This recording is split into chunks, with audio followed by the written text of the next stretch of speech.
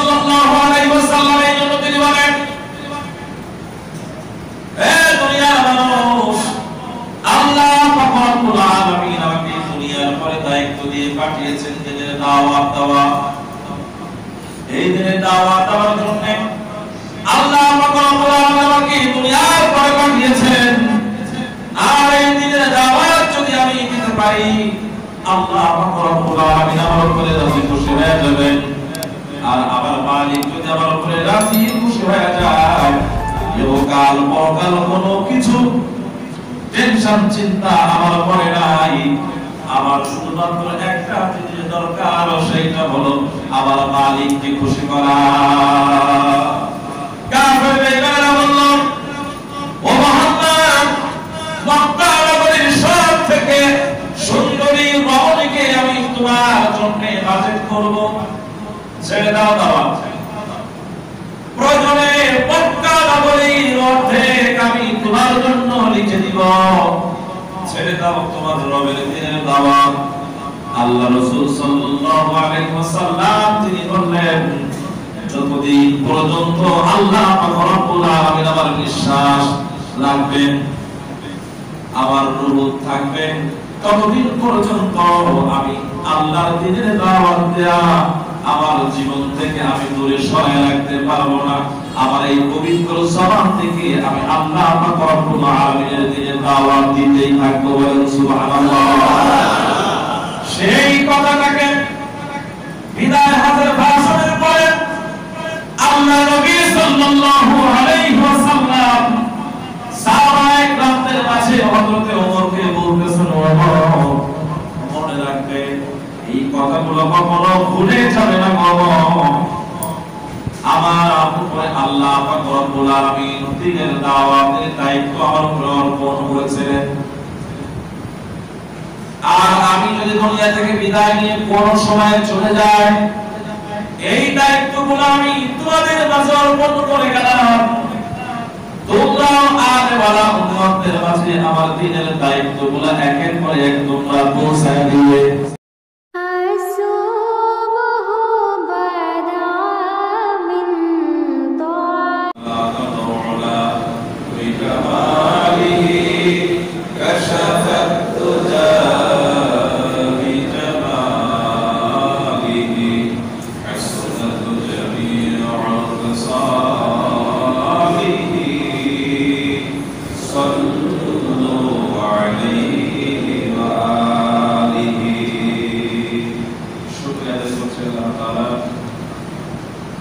যে মহান মালিক আজ আমাদেরকে 30 সফর 1443 দিয়ে 29 1428 বাংলা 8 অক্টোবর 2021 ইংরেজি সফরের শেষ জুমায় বিভিন্ন দেশ গ্রাম এলাকা থেকে বিভিন্ন মায়ের সন্তানকে জমা হওয়ার ইসলাম জালাল বড় আদর করে, বড় মহব্বত করে, বড় ভালোবেসে দিনার বাপ চান্দরা দক্ষিণ পাড়া বাইতুল আমান জামে মসজিদে জুমার নামাজ আদায় করার জন্য আসার তৌফিক দান করলেন।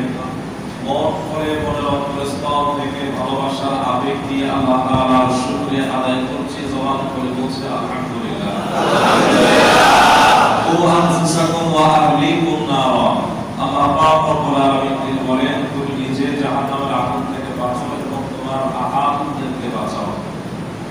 আল্লাহ সুবহানাহু ওয়া তাআলা হাবিব তিনি বলেন, তোমাদের মধ্যে সর্বোত্তম ওই ব্যক্তি যে তার নিজের হিসাবকে পরিষ্কার করে রাখে, যে তার নিজের হিসাবকে পরিষ্কার করে রাখে, তোমাদের মধ্যে সর্বোত্তম সেই ব্যক্তি।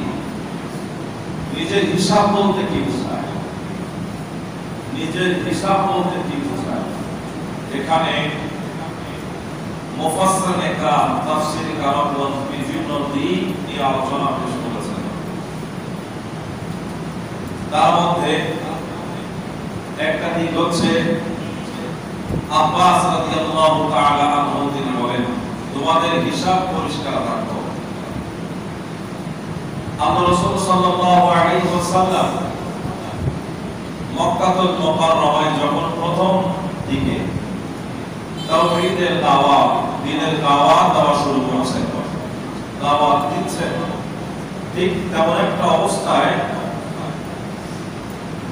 কিছু সংখ্যক কাফের আল্লাহ রাসূল সাল্লাল্লাহু আলাইহি ওয়াসাল্লামকে বলল, মুহাম্মদ ইবনে আব্দুল্লাহ ছেলে মুহাম্মদ, তোমার কাছে আমাদের কিছু প্রশ্ন রয়েছে। প্রশ্নগুলো, প্রথম নাম্বার প্রশ্ন হচ্ছে,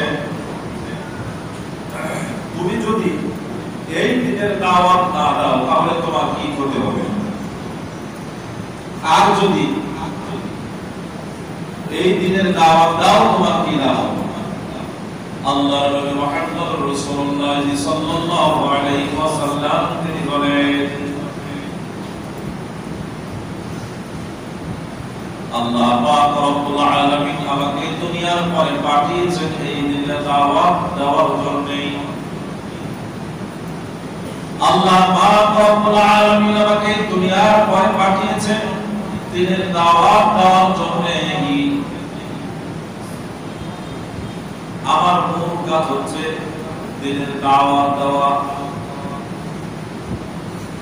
দ্বীনের দাওয়াত যদি আমি দেই আমার লাভ হলো আমার মূল কাজ করার কারণে আমার মালিক আমার উপরে খুশি হয়ে যাবেন।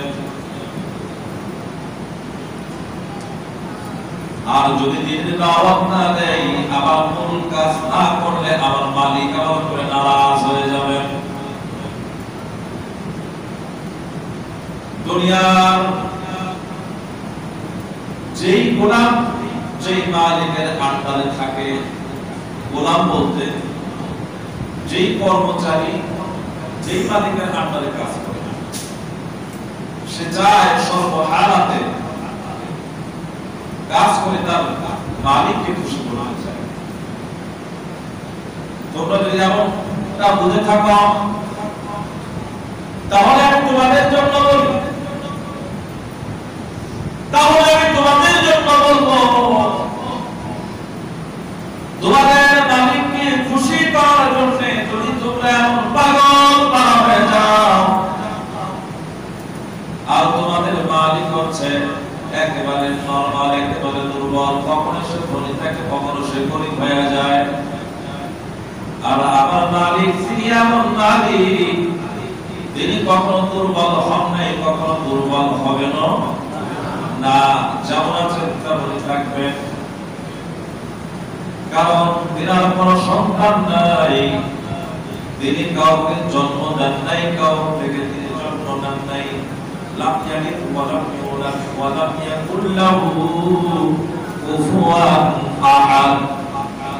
তিনি কাউকে জন্ম দেন নাই, কারো থেকে জন্ম নেন নাই।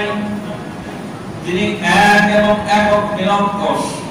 আল ঈমান বিল খালিকিল ওয়াহিদিল জাদীদ বিশুকর ওয়াল হামদ আলা নি'মাতিহি। তিনার সমকক্ষ কেউ নাই, তিনার সমতুল্য কেউ নাই, কোনদিন হইতে পারবে না। তোমরা তোমাদের দুনিয়ার মালিকদেরকে খুশি করার জন্য পাগল পারা হয়ে যাও, এই দুনিয়ার মালিকদের কোনো অস্তিত্ব নাই।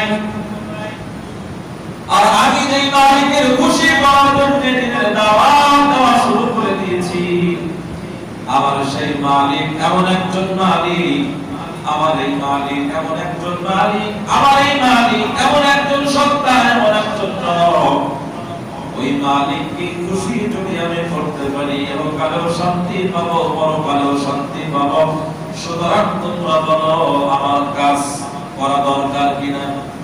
কাফের বেঈমানরা বললে তোমার মালিকের মতো আমাদের কাছেও কিছু মালিক আছে। নাউযুবিল্লাহ। যেই মালিকের ইবাদত কাবা ঘরের ভিতরে হয়ে থাকে, আল্লাহ বলেন আমার মালিকের সাথে তোমরা শিরক করো না, সম্পর্ক করো না, সংযুক্ত করো না, কারণ আমার মালিক তিনি এমন একজন রব, তিনার সমকক্ষ কেউ নাই। কেমন করে বুঝবে? তোমাদের মালিক অনেকগুলা, 360 থেকে 70টা। তোমরা সাপকেও তোমাদের রব মনে করো, গরুকেও তোমাদের রব মনে করো। গরুর দুধ খায়, গরুর চেনা খায় না, দুধ খায়। করতেছেন ডগ। ভালো করে মনে করেন, গরু দুধ খায় না, চেনা খায়, আবার চেনা খায় না দুধ খায়। মানে যেটাকে উপকার হয় সেটা খাবে না, যেটাকে উপকার হয় না সেটা খায়। গরুর গোশত খায় না, দুধ খায়। কেন? গরুর গোশত খাওয়া আপনারা একটা ভয়ানক খারাপ কাজ মনে করেন। গোশত খান না, দুধ খান কেন? মায়ের দুধ খাওয়া যায়, মায়ের গোশত খাওয়া যায় না। মায়ের দুধ খাওয়া যায়, মায়ের গোশত যেহেতু খাওয়া যায় না, মা আমরা তাকে বলি যেই মা জন্ম দেয়। যেই মা জন্ম দিতে পারে না তাকে মা বলা এটা পাগলের পরিচয়। একটা গরু সে তো আমাদেরকে বলে নাই যে আমাকে মা বলো, আমরা তাকে মা বলছি, গরুর সাথে গরুর মিল হয়ে গিয়েছে।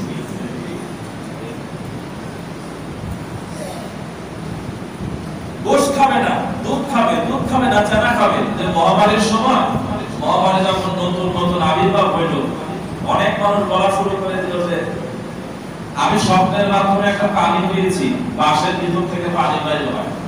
শীতের সময় এমনি বাঁশের ভিতর পানি থাকে, বাঁশের ভিতর থেকে পানি বাইর হয়। এই পানি জীবিতকে খাইতে পারলে করোনা হবে। আবার কত হুজুর ইন্টারনেটে এসে ফতোয়া মানে চিকিৎসা করা শুরু করে দিয়েছে। আমি রাতের গভীরে এই দেখছি, কি দেখছেন? তাই আমার এই 7টা টুকরা মানে গাছ দিয়ে বানায়া 7টা টুকরা বানাইছে, এটা যেটা খাবে তাহলে মহামারীতে আক্রান্ত করবে।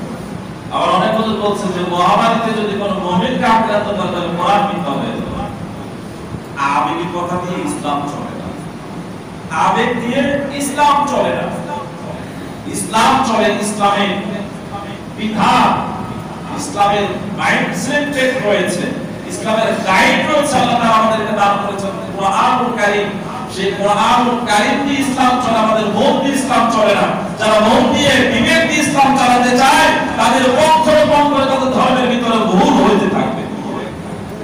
যারা বিবেক দিয়ে ধর্ম পরিচালনা করতে চায়, যারা কোনো হিন্দু ধর্ম বিবেক দিয়ে পরিচালনা করে, এই জন্য ওদের প্রত্যেক কাজের ভিতরে ভুল। সতীদাহ প্রথা, সতীদাহ প্রথা এটা কেমন? আমার কথাগুলা আমি খবর পাচ্ছি, আমার কথাগুলা হজম করার মতো ব্যক্তি খুবই কম পাওয়া যাচ্ছে। এটা নিয়ে আলোচনা সমালোচনা হচ্ছে, হইলে আমার করার কিছু নাই। কারণ আমি এমন একজন ব্যক্তি, আমার সামনে কে থাক বা না থাক এটা আমার দেখার বড় বিষয় নয়। বড় বিষয় হচ্ছে সত্য যেটা আল্লাহ তাআলা মাথার ভিতরে দিয়েছে, জীবন চলে গেল আমি সেই সত্য কথা বলেই ছাড়বো। কেন স্যার? আমার জন্মটাই এরকম। আমি আমার বাবাকেও কথা বলতে দ্বিধাবোধ মনে করি না, যেটা সত্য এটা বলেই ফেলি। আমার শ্বশুর আলেম, যেটা সত্য এটা বলেই ফেলি।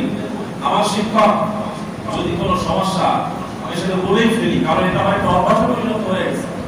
আর যে মানুষটার অভ্যাসে একটা সব লাইন পরিবেশ হয়ে গেছে, এটা পরিবর্তন করা সম্ভব না। আর রাসূল কারীম সাল্লাল্লাহু আলাইহি সাল্লামের সকল বিপদগুলো এসেছে সত্যের মধ্যে থাকার কারণে, সত্যের পক্ষে থাকার কারণে রাসূল কারীম সাল্লাল্লাহু আলাইহি সাল্লামের সকল বিপদগুলো এসেছে। এখন কথা বলতে গেলে কোন ধর্ম সম্পর্কে কথা আসতেই পারে, এটা স্বাভাবিক। কি বলেন? আল্লাহ রাসূল সাল্লাল্লাহু আলাইহি সাল্লাম যখন দ্বীনের দাওয়াত দিয়েছেন, অন্য দ্বীনের সমালোচনা হয়েছে, অন্য দ্বীন সম্পর্কে কথা হয়েছে। এখন এইটা অর্থ এইটা নয় যে আমি অন্য কোন ধর্মকে নিয়ে আলোচনা সমালোচনা করছি। আমার ধর্মকে প্রাধান্য দেওয়ার জন্য, আমার ধর্মের মুসলমানদেরকে মুসলিমদেরকে বোঝানোর জন্য, আমার মুসলিম উম্মাহকে সঠিক পথে আনার জন্য যেই কথাগুলো বলার দরকার, আর রাসূল কারীম সাল্লাল্লাহু আলাইহি সাল্লাম যেই কথাগুলো বলেছেন, সাহাবায়ে কেরাম যেই রকম ভাবে কথাগুলো বুঝেছেন এবং বুঝিয়েছেন, ঠিক সেই মিসদাকে কথাগুলো আমাদেরকেও বলতে হবে। যদি আমরা বলতে না পারি তাহলে আমরা সঠিক কাতারের আলেম না, সঠিক কাতারের মুসল্লি হব না। আমাদের বুঝতে হবে আল্লাহ রাসূল সাল্লাল্লাহু আলাইহি সাল্লামের উপরে দায়িত্ব ছিল দ্বীনের সত্য দাওয়াত দেওয়া। কাফের বলল হুজুর দাওয়াত না দিলে আপনার ক্ষতি কি আর দিলে আপনার লাভ কি? না দিলে ক্ষতি হচ্ছে আমার মালিক আমার উপরে নারাজ হয়ে যাবে, আর দিলে লাভ হচ্ছে আমার মালিক আমার উপরে খুশি হয়ে যাবে। সুবহানাল্লাহ। আমার এখানে মূল দায়িত্ব হচ্ছে জুমার নামাজ। কমিটি মহোদয় আমাকে যখন প্রথম বলেছিলেন, আমি বলেছিলাম আমার অর্থ নামাজ পড়ানো সম্ভব হবে না। হ্যাঁ, যদি সুযোগ পাই, ওনারা দাবি করেছিলেন যদি মাঝে মাঝে আসেন তাহলে আমাদের জন্য ঠিক আছে, যদি আমার সুযোগ সুবিধা হয় তাহলে আমি আসতে পারবো, যদি সুযোগ সুবিধা হয় তাহলে আমি আসতে পারবো। কারণ আমাদের হুজুরদেরকে আপনাদের ভিতরে অনেকে মনে করে যে মসজিদে চাকরি না করলে মনে হয় না খেয়ে মারা যাবে, এইরকমটা অনেকে দাবি করে, অনেকে এটা মনে করে। এই জন্য আমরা শুধু এই মসজিদের চাকরির উপরে রিজিককে নির্ধারণ করতে চাই না, মসজিদের চাকরির উপরে রিজিক নির্ধারণ করতে চাই না।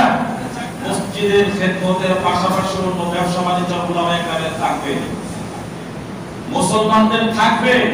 তাতে করে লাভ কি হবে জানেন? একজন আলেম মেম্বারের চেয়ারে বসে সত্য যে কথাটা, এই কথাটা বলতে বিন্দুমাত্র পিছনের দিকে চিন্তা সে করবে না ইনশাআল্লাহ। কারণ আমার চাকরি চলে গেলে আমার বাচ্চা না খেয়ে থাকবে এরকম চিন্তা করে তাই আমার ভালো না, এরকম চিন্তা করার টাইম আমার কাছে নাই। কারণ কোরআন কারীম শিখেছি চাকরি মহা লাগার জন্য না, কোরআন শিখেছি আল্লাহর সত্য দিনের সত্য কথা উন্মুক্ত ভাবে জাতির সামনে স্থাপন করব। এই জন্য কোরআন কারীম শিখেছি। আজকে আমাদেরকে আমার কথা বলছি না, আমি সকলের কথা বলছি, সকল উলামায়ে কেরামের কথা বলছি। আজকে পুরো বিশ্বের মানচিত্রে দিকে তাকায় রাখেন, আলেমদেরকে কোন ভাষা করে রাখা হয়েছে। যদি কথা ভালো না লাগে আমরা চাকরি থাকে, যদি কথা ভালো না লাগে চাপ দাও। আর উনিও চিন্তা করেন যে আমার চাকরিটা চলে যায় তাহলে আমি খাবো কি করে। এই জন্য উলামায়ে কেরামদের ব্যবসা করা একটা সুন্নাহ। আল্লাহ রাসূল সাল্লাল্লাহু আলাইহি সাল্লাম বলেছেন, আপনারা যে ব্যবসা করেন এটা শুধু ব্যবসা নয়, এটা রাসূলের কারীম সাল্লাল্লাহু আলাইহি সাল্লামের সুন্নাহ। হালাল ব্যবসা করার জন্য আল্লাহ পাক রব্বুল আলামিন আমাদেরকে হুকুম করেছেন, সুতরাং এগুলো আমাদেরকে করতে হবে। আল্লাহ রাসূল সাল্লাল্লাহু আলাইহি সাল্লামের মূল দায়িত্ব ছিল দ্বীনের দাওয়াত দেওয়া, লাভ এবং ক্ষতি।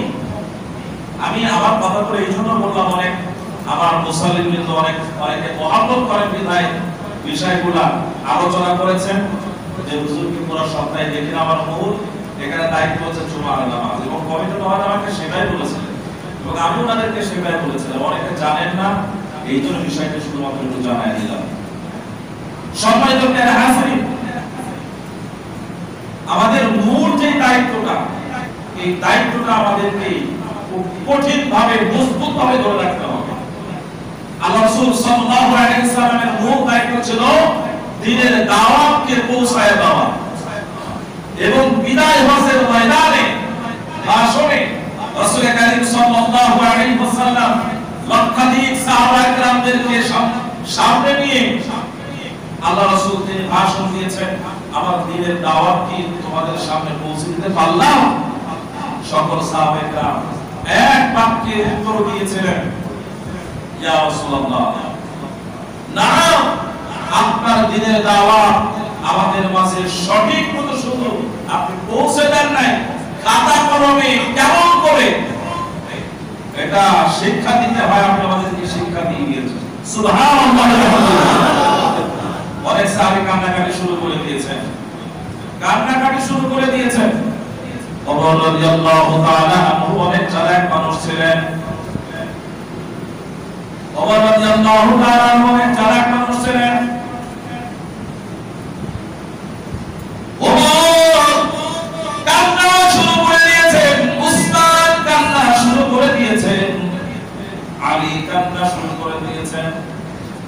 কারণ এক জায়গায় হিসাব কিতাব যখন পরিপূর্ণ হয়ে যায়, ব্যবসায়ী মার্কেটে গিয়েছে মাল ক্রয় করার জন্য, মাল ক্রয় করার পর ব্যবসায়ী যখন এখান থেকে ফিরে আসবেন টাকা পয়সা লেনদেন করে সালাম বিনিময়ের মাধ্যমে, মুসাফাহার মাধ্যমে, আমি আপনার কোনো বাড়তি কোনো কিছু নিয়ে ফেললাম কিনা,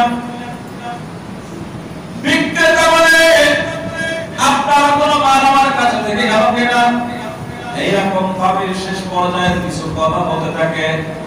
নবী আলাইহিস সালাতু ওয়াস সালাম যখন বললেন আমি ধর্মকে তোমাদের মাঝে পরিপূর্ণভাবে পৌঁছায় দিতে পারলাম কিনা, সাহাবায়ে কেরাম বুঝে ফেলেছেন মূল আলোচনা যেহেতু শেষ দিকে চলে আসতেছে, মনে হয় আল্লাহর রাসূল আমাদের মাঝ থেকে বিদায় নিয়ে চলে যাবে। কান্নাকাটি শুরু করে দিয়েছেন। বিদায় হয়ে ভাষণের পর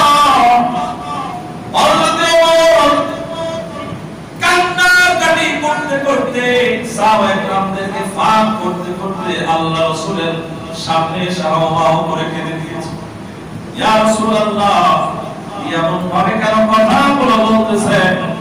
আপনি যে কথাগুলো বললেন আপনার কথাগুলোর ভিতরে কেমন জানি আমার সন্দেহ হচ্ছে, আপনার কথাগুলোর ভিতরে কেমন জানি আমার সন্দেহ হচ্ছে। আল্লাহর নবী বললেন, আল্লাহ পাক রব্বুল আলামিন আমাকে একটা দায়িত্ব দিয়া দুনিয়ার পরে প্রেরণ করেছেন, সেই দায়িত্বটা হলো দ্বীনের দাওয়াত। এই দ্বীনের দাওয়াতের দায়িত্ব নিয়ে আল্লাহ আমাকে দুনিয়ার পরে পাঠিয়েছেন। এই দ্বীনের দায়িত্বটা আমি তোমাদের মাঝে পৌঁছে দিতে পারলাম কিনা আমার খুব চিন্তা ছিল। এই জন্য আমি আজকে বিদায় ভাতের ভাষণে সেই কথাগুলো শুধু তোমাদের মাঝে বর্ণনা করলাম। তবে শুনে রাখো, শুনে রাখো, তুমি একদিন দুনিয়ার পরে থাকবা না, আমি একদিন দুনিয়ার পরে থাকবো না, বিদায় নিয়ে চলে যাব। আরে আমি যখন দুনিয়া থেকে বিদায় নিয়ে চলে যাব, আমি যাওয়ার পর দিনের দায়িত্বগুলো তোমাদের উপর অর্পণ করে গেল। যতটুকু জানো বাল্লিগু আন্নি ওয়ালাউ আয়া, যতটুকু জেনেছো ততটুকু পৌঁছে দেওয়ার চেষ্টা করবে। এই কথাটা শুধু তোমার জন্য নয়, আমার সকল উম্মতের জন্য, আমার সকল সাহাবীদের জন্য। যতটুকু জেনেছো এতটুকু অন্যের মাঝে পৌঁছে দেওয়ার জন্য চেষ্টা করবে। ওই হাদিস থেকে আমাদেরকে শিক্ষা নেওয়ার বিষয় হলো, একজন আলেম গরিব মানুষ, পরিবারও একেবারে গরিব, ৭,০০০ টাকায় মাদ্রাসায় চাকরি করে। সেই সকাল একেবারে ৩:৩০টার দিকে ৪টার দিকে উঠে বাচ্চাদের পিছনে কষ্ট করে, আর রাত ১০টার আগে ঘুমায় না। ১০টা পর্যন্ত আপনার আমার সন্তানের পিছে কষ্ট করলো। উদ্দেশ্য কি? ৭,০০০ টাকা? ৭,০০০ টাকা নয়, উদ্দেশ্য হলো আল্লাহর কোরআন শিক্ষা গ্রহণ করেছি। ওই আলেম আল্লাহর কোরআন শিক্ষা গ্রহণ করার কারণে তিনার উপরে একটা দায়িত্ব অর্পণ হয়েছে। এই দায়িত্বটা দিয়ে দাওয়াতটা অন্যের কাছে পৌঁছায় দিতে হবে। আসেন ভাই নামাজ পড়েন, এইটাও একটা দাওয়াত। আসেন ভাই কোরআন শেখেন, এইটাও একটা দাওয়াত। কিন্তু দুই দাওয়াতের কষ্ট এক রকম। কি বলেন, ঠিক না বেঠিক? একজনকে শিক্ষা শেখাইতে হলে অনেক প্রচুর পরিমাণে কষ্ট করা লাগে, আর ডেকে নামাজে দাঁড় করায় দেওয়া এত বেশি কষ্টের বিষয় নয়। শিক্ষার বিষয়টা অনেক কষ্ট। খেয়ে না খেয়ে একজন আলেম আরেকটা সন্তানের পিছে কষ্ট করতেছে, এত কিছু করে কিন্তু প্রশংসা হয় না। একটা বেতের বাড়ি মারলেই ফেসবুক ইন্টারনেট ভাইরাল করে দেয়, অমুক মাদ্রাসায় অমুক শিক্ষক অমুক ছাত্র করে প্রহার করেছে। স্কুলে নির্যাতন হইলে এগুলো তো ভাইরাল হয় না। কারণ কি? কারণ হলো একটা, যারা ভাইরাল করে আসলে তারা হুজুরকে ভাইরাল করে না, তারা আসলে আল্লাহর দ্বীনকে সহ্য করতে পারে না, আল্লাহর কোরআনকে সহ্য করতে পারে না। কারণ মাদ্রাসাগুলো যদি উঠে যায়, এই দেশে যদি আলেম ওলামা বেশি হয়ে যায়, তাহলে নেতার নামে দান্দাবাজি করতে পারবে না। আলেম ওলামা নামাজি যদি বেশি হয়ে যায়, মোটা মোটা বোতল খেতে পারবে না। আলেম ওলামা যদি বেশি হয়ে যায়, একজন আলেম আবার জেনারেল শিক্ষিত যদি সে পল্লী বিদ্যুৎ সমিতি মেইন একটা চেয়ারে বসে থাকে, বিজ্ঞানের জন্য আর বিল কম বেশি করার জন্য ভোট দেওয়া সম্ভব হবে? সম্ভব হবে না। ভূমি অফিসে বসে আছে, এখানে কাজ চুরি করার কোনো সুযোগ নাই। কারণ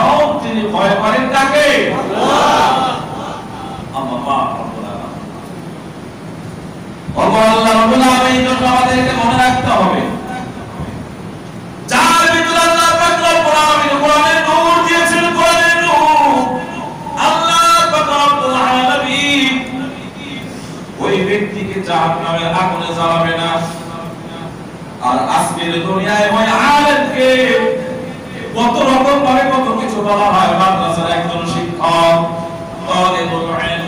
তাদেরকে কত রকম কত ভাষায় কত কিছু বলা হয়, তারপরেও তিনাদের কথা অনুযায়ী ওনারা চলেন, কারণ দায়িত্বটা দিয়েছেন নবী আলাইহিস সালাতু ওয়াসসালাম। যে যাই বলুক না কেন দায়িত্ব সঠিক মতো পালন করতে হবে। কারণ পৃথিবীর ভিতরে সর্বোৎকৃষ্ট দায়িত্ব হলো আল্লাহ পাক রব্বুল আলামিনের কোরআনের ঘরের দায়িত্ব। আর এই কোরআনের ঘরের দায়িত্ব যারা পালন করবে, কোরআনের নূর যাদের অন্তরের ভিতরে থাকবে, আল্লাহ পাক রব্বুল আলামিনের হাবিব বলে কাল কিয়ামতের ময়দানে জাহান্নামের আগুন তাদেরকে স্পর্শ করবে না, জাহান্নামের আগুন স্পর্শ করবে না। কারণ কি? আমরা দেখতেছি একজন আলেম অনেক গুনাহ করে ফেলে, একজন হাফেজ অনেক গুনাহ করে ফেলে, অনেক কিছু করে ফেলে, তারপর আল্লাহ পাক রব্বুল আলামিন তাকে কেন জান্নাতে দিবেন? কারণ তার সিনার ভিতরে যে আল্লাহ পাক কোরআনের নূর দিয়েছেন, এই কোরআনের নূরের কারণে আল্লাহ পাক রব্বুল আলামিন কোরআনের সম্মানের কারণে আলেমকে জান্নাতে দিয়ে দিবেন। ঠিক তেমন একটা অবস্থা, আপনি একেবারে কোরআন পড়তে জানেন না, কিন্তু 2-5টা সূরা সকল মুসলমানদের কম বেশি মুখস্থ আছে, ঠিক না? ঠিক বলেন? উলফু আল্লাহ সূরা, ইখলাস সূরা, সূরা ফাতিহা সূরা। একজন আলী সাহেব বলতেছে, হুজুর সৌদি আরব হজ করতে গেলাম, সব কেমন অন্য ভাষায় কথা বলে, শুধু নামাজের ভিতরে দেখলাম যে নামাজের ভিতরে একটা সূরা ভালো করে পড়ে, বাংলা ভাষায় পড়ে, সে কোনটা এক সূরা ফাতিহাটা এটা বাংলা ভাষায় পড়ে, আর সবগুলো দেখলাম কিছু পারি না, কিছু বুঝি না। তার মানে সূরা ফাতিহাটা ওনার মুখস্থ আছে।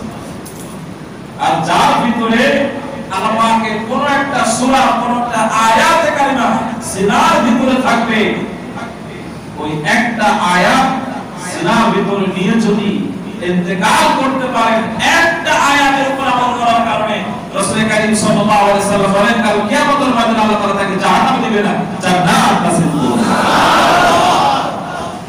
কারণ ওনাকে জাহান্নামে দিলে তো আল্লাহর কোরআনকে জাহান্নামে দেওয়া হয়ে গেল। আর কোন মালিক তেনার কোরআনকে, তেনার জবানকে, তেনার ভাষাকে জাহান্নামে রাখবেন না, সালামের না। সুবহানাল্লাহ। দুনিয়ার লোভ, দুনিয়ার লালসা, দুনিয়ার ভালোবাসা, এগুলো সব মিথ্যা, সব মিথ্যা। গতকালকে একটা খবর পড়লাম, আমি খুলনা থেকে আসার সময় একটা খবর পড়লাম যে সন্তান ডাকাতি করেছে, সন্তানকে ধরে নিয়ে গিয়েছে। সন্তানকে ধরে নিয়ে যাওয়ার পরে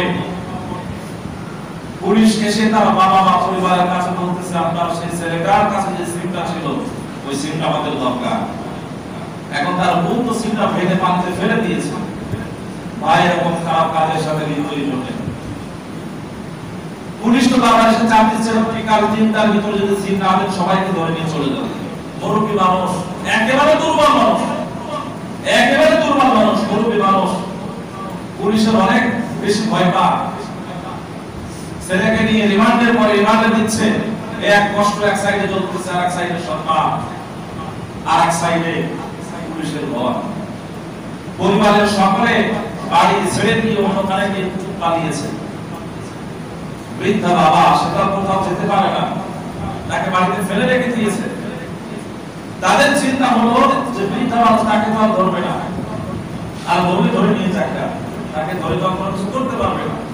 বৃদ্ধা মানুষ ঠিক চলতে পারে না, সম্মানের তাগিদে সন্তান কষ্ট করতেছে সেই দিকে চিন্তা করে সে গলায় ফাঁসি দিয়ে মরে গেছে। এখান থেকে আমি কয়েকটা জ্ঞান অর্জন করলাম। 1 নম্বর জ্ঞান হচ্ছে যে সামান্য বাড়িতে পুলিশ এসেছে, এই ভয়ে পরিবারের সকলে মুরব্বীকে ফেলে দিয়ে চলে গেছে, যে কোনো কিছু হইলে তার মধ্যে হয়ে যাক। অথচ এই মুরব্বী এই ফুলের বাগানটা তৈরি করেছেন, এত কষ্ট করে, এত পরিশ্রম করে এই মুরব্বী ফুলের বাগানটা তৈরি করেছেন। দুঃখের বিষয় হলেও ফুলগুলা ভালো গ্রাম দিতে পারে নাই, ফুলগুলা সব বিষাক্ত হয়ে গেছে। আজকে শেষ পর্যন্ত তার সম্মানকে বাঁচানোর জন্য, সে নিজে হেফাজত হওয়ার জন্য গলায় ফাঁসি দিয়ে মরেছে।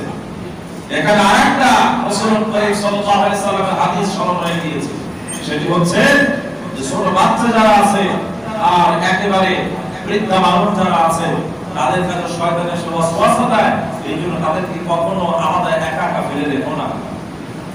ওই মুরব্বির উপরে শয়তান ভর করেছে 100% সত্য কথা। এই কারণে সে শেষ বয়সে কয়দিন বা বাঁচত, শেষ বয়সে সে ফাঁসিতে ঝুলে সে মারা গেল। দুনিয়া কিছু না, দুনিয়াতে একটা পরিবার পুলিশের ভয়ে যদি তার বাবাকে, তার স্বামীকে ফেলে রেখে স্ত্রী যদি চলে যায়, তার বাবাকে ফেলে যদি মেয়ে অন্য সন্তানে চলে যায়, কিয়ামতের ময়দানে আমি কেমন করে বিশ্বাস করব যে আমার সন্তান আমার জন্য সে জাহান্নামে আমার সাথে যাবে?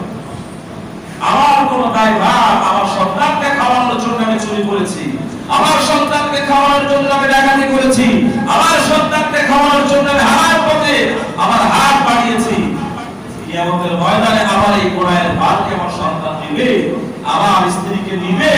এই বিষয়গুলো এখন আমাদের চিন্তার বিষয় ছিল, চিন্তা করার দরকার ছিল আমাদের। আল্লাহ রাসূল সাল্লাল্লাহু আলাইহি ওয়াসাল্লাম এই জন্য তিনি বলেন,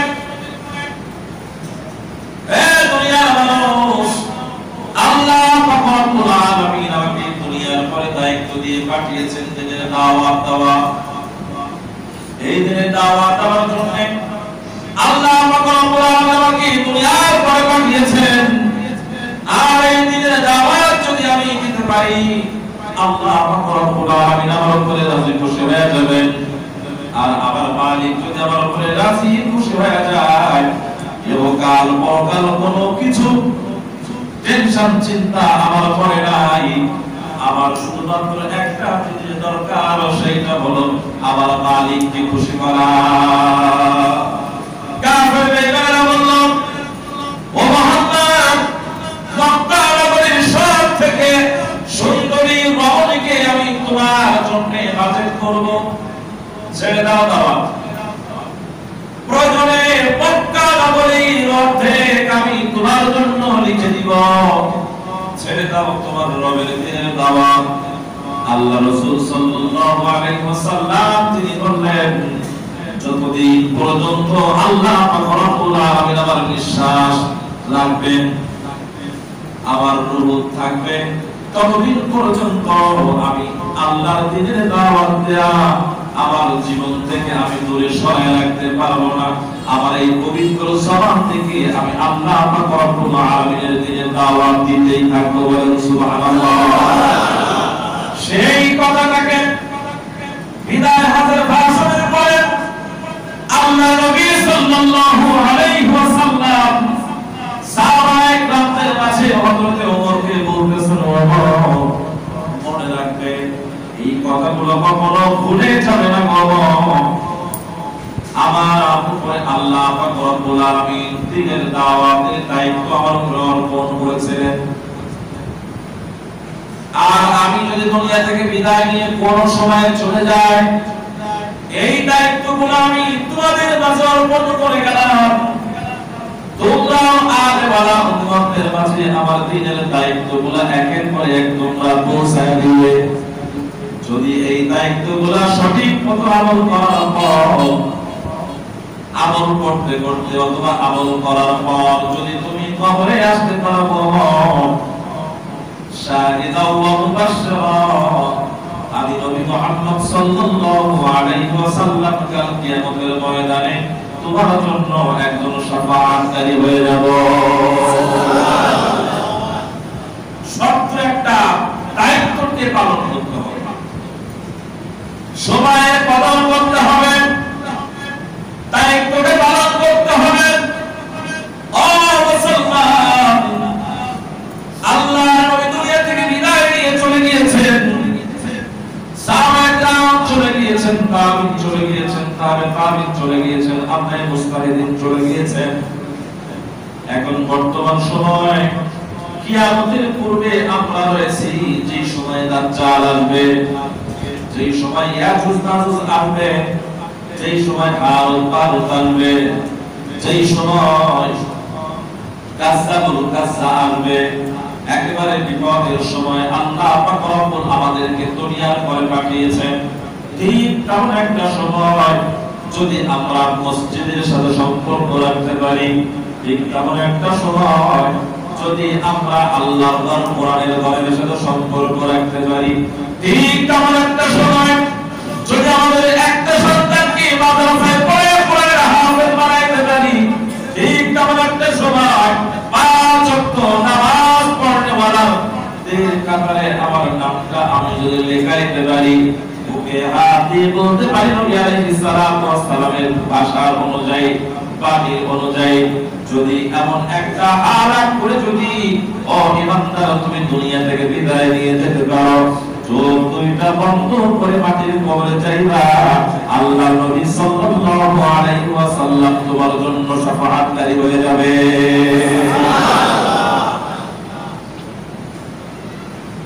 বিশ্বনবী মুহাম্মদ সাল্লাল্লাহু আলাইহি ওয়াসাল্লাম তিনি বলেন, ও খাদিজা, তুমি একসময় দুনিয়ার পরে থাকবে না, আমিও দুনিয়ার পরে থাকবো না খাদিজা, কিন্তু এমন একটা সময় আসবে যেই সময় আমার সাহাবীরা দুনিয়ার পরে থাকবে না। বাম সাইডে গোনা, ডান সাইডে গোনা, সামনে গোনা, পিছে গোনা, উপরে গোনা, নিচে গোনা। নারীরা যুবকদেরকে গুনাহের কাজ করার জন্য ডাক দিলে ফেল ফাইল মুতাকাল্লিম একবারে সব মুস্তাকবিল হাজত থাকবে, গোনার পরিপূর্ণ প্রস্তুতিও থাকবে। নারীরা যুবকদেরকে, নারীরা অপরাধীদেরকে আমন্ত্রণ জানাতে থাকবে, আসেন আসেন আসেন। ঠিক তেমন একটা সময় আমার যদি কোনো যুবক ওই গুনাহের কাজ থেকে যদি তার দুই উরুতের মধ্যবর্তী স্থানকে হেফাজত করতে পারে, আর এমন একটা সময় আসবে খাদিজা প্রচুর পরিমাণে মানুষ গালিগালাজ করতে থাকবে, কারণ মূর্খ মানুষের সব থেকে বড় হাতিয়ার হচ্ছে অবাক্য অশালীন মুখের ভাষা, ঠিক কিনা বলেন? যারা অভদ্র, যারা নিকৃষ্ট, তাদের মুখের ভাষা হলো গালি, এইটা তাদের হাতিয়ার। সেই জামানার ভিতরে গালিগালাজ করতে থাকবে, মানুষের শিকায়ত করতে থাকবে, মানুষের গীবত করতে থাকবে। ঠিক সেই সময় যদি আমার কোনো অন্য নর এবং নারী যদি তার জিহ্বাকে হেফাজত করতে পারে, দুই চোয়ালের মধ্যবর্তী স্থান, তার মানে জিহ্বা আর জবানকে যদি হেফাজত করতে পারে, আমি নবী মুহাম্মদ ওয়াদা করে গেলাম, শপথ করে গেলাম, আমি আমার ওই উম্মতের জন্য কাল কিয়ামতের ময়দানে শাফাআতকারী হয়ে যাব। শুধু শাফাআত করব না, শাফাআত করে আল্লাহ পাক রব্বুল আলামিনের কাছ থেকে দরখাস্ত করে আমার উম্মতকে সাথে করে নিয়ে আমি আমার জান্নাতে প্রবেশ করব। আল্লাহ হাব্বা সুন্নতি ফাকাদ আহাব্বানি ওয়া মান আহাব্বানি কানা মাই ফিল জান্নাহ। নবী আমার বলেন, যখন আমি দুনিয়ার পরে থাকবো না, আমার কোন উম্মত আমার সুন্নাতের উপর আমল করবে, আমি নবী মুহাম্মদ সাল্লাল্লাহু আলাইহি ওয়াসাল্লামের সাথে এসে জান্নাতে প্রবেশ করতে পারবে, জান্নাতে প্রবেশ করতে পারবে। আল্লাহ রাসূল দুইটা আঙ্গুল উঁচা করে দিয়ে বলেন, যে ব্যক্তি আমার সুন্নাতের আমল করবে তার জান্নাতের স্থান আমার জান্নাতের স্থানে কম হবে। আমলের ভিতরে যেরকম কোনো ফাঁক থাকে না, আমাদের জান্নাতের ভিতরে তেমন কোনো ফাঁক থাকবে না। সুবহানাল্লাহ। এই জন্য মুসলমান বাবাকে আমরা অনেক নিকটের কেউ মনে করি, মাকে অনেক নিকটের কেউ মনে করি, নিজের ওয়াইফকে নিকটের, সন্তানকে অনেক নিকটের মনে করি, বন্ধু বান্ধব আত্মীয় স্বজন তাদেরকে অনেক নিকটের মনে করি, নিজের আলেমকে নিকটের মনে করি। এরা আসলে মূলত নিকটের কেউ নয়। কিয়ামতের ময়দানে যার বিষয়টা নিয়ে সেই তো উড়াইতে থাকবে। আমাদের পরে যে দায়িত্ব আল্লাহ পাক রব্বুল আলামিনের হাবিব দিয়ে গিয়েছেন, তলাবুল ইলমি ফারিদাতুন আলা কুল্লি মুসলিম ওয়া মুসলিমাতিন।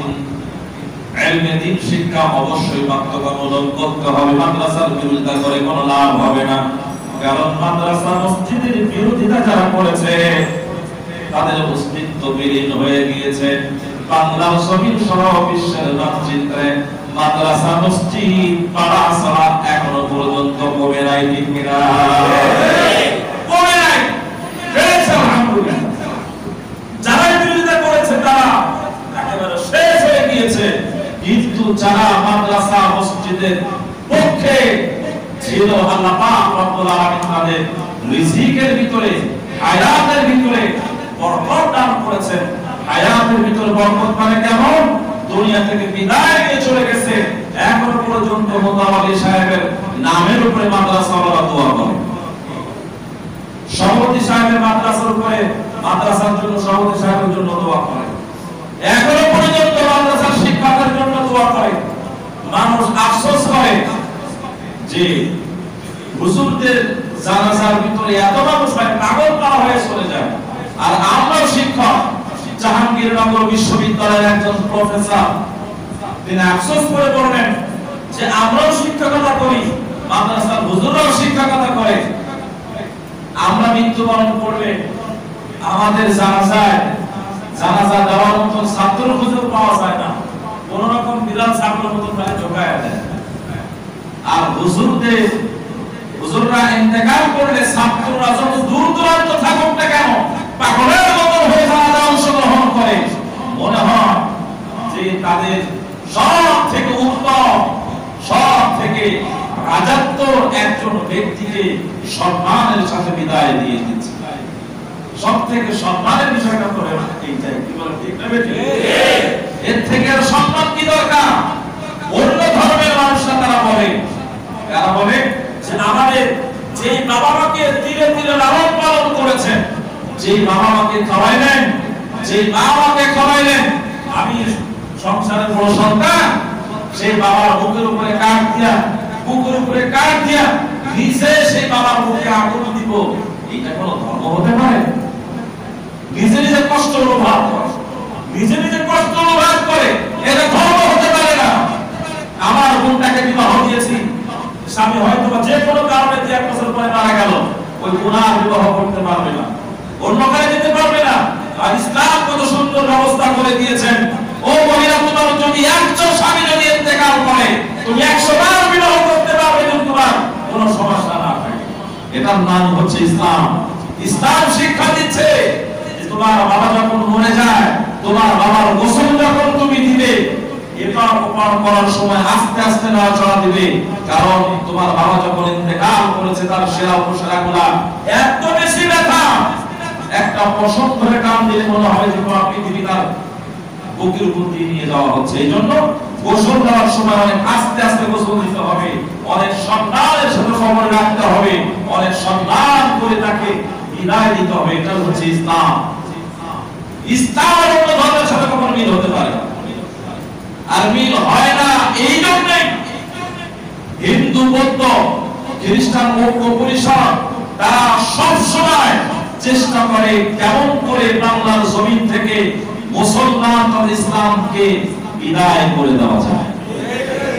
এই জন্য তারা ঐক্য পরিষদ করেছে। তোদের ঐক্য পরিষদ তো দূরের কথা, তোদের বাপ দাদা যদি ওই মৃত্যু জ্বালায় পড়াতে সরকার করে ফেলেছিস, তোর বাপ দাদা 14 গোষ্ঠী আসলে বাংলার জমিন থেকে ইসলাম বিদায় করা সম্ভব হবে না ইনশাআল্লাহ। হ্যাঁ, যতদিন আল্লাহ পাক রব্বুল আলামিন ইসলামকে বাংলার জমিনে রাখবেন, ঠিক কিনা বলেন? এর জন্য আমাদেরকে প্রস্তুতি গ্রহণ করতে হবে।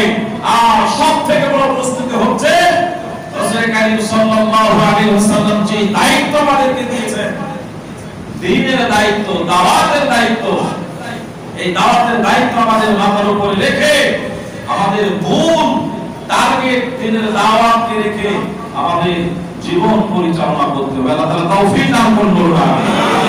মুসলমানদের 15টি প্রশংসনীয় চারিত্রিক গুণাবলী আমরা ধারাবাহিকভাবে শেষ করেছিলাম। আজকে দিনের দাওয়াতের উপরে সংক্ষিপ্ত কিছু কথা বলার চেষ্টা করলাম। আল্লাহ পাক রব্বুল আলামিন আমাদের সকলকে দ্বীনের দাওয়াতের জন্য কবুল করুন। আমিন।